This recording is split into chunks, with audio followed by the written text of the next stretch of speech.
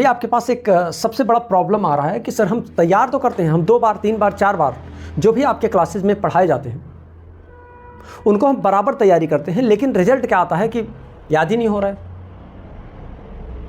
अच्छा, याद ना होने का कारण क्या हो सकता है? कभी आपने सोचा कि याद नहीं हो रहा है तो क्यों नहीं हो रहा है? याद इसलिए नहीं हो रहा है क्योंकि आप प्रॉपर टाइम नहीं दे रहे हैं।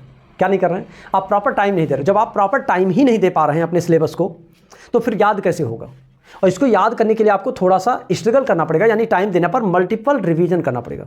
एक बार सोच के देखो, जब आप छोटे थे तो नर्सरी, LKG, UKG, A से Z तक 26 लेटर आपको याद कराने में, सीक्वेंस से आपको अल्फ़ाबेट पहचानने में इतने सारे समय लग गए, लगभग 3 साल। 3 साल मतलब लगभग मुझे लगता है 1100 दिन। 1100 दिन लग गया आपको सिर्फ 26 अल्फ़ाबेट समझने में।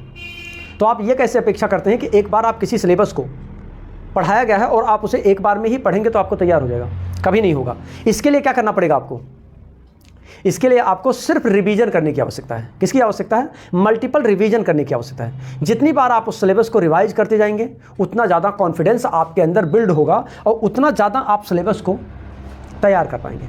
तो एक चीज़ तो दिमाग में होना चाहिए, सिलेबस आता भी है, तैयार भी होता है, और ये भी दिमाग में मत रखो कि हम कमज़ोर बच्चे हैं, हमको तो नहीं आता, हम नहीं कर सकते। आप कमज़ोर नहीं हैं, एक्चुअल में आप सिस्टम से नहीं करते हैं, और जो काम आप सिस्टम से नहीं करेंगे उसमें आपको फेलियर ही फेस होगा। और जिस चीज़ में फेलियर पाएंगे आप, उसी में आपको अपनी काबिलियत पर शंका पैदा हो जाएगा। अपनी काबिलियत की शंका हटाएं।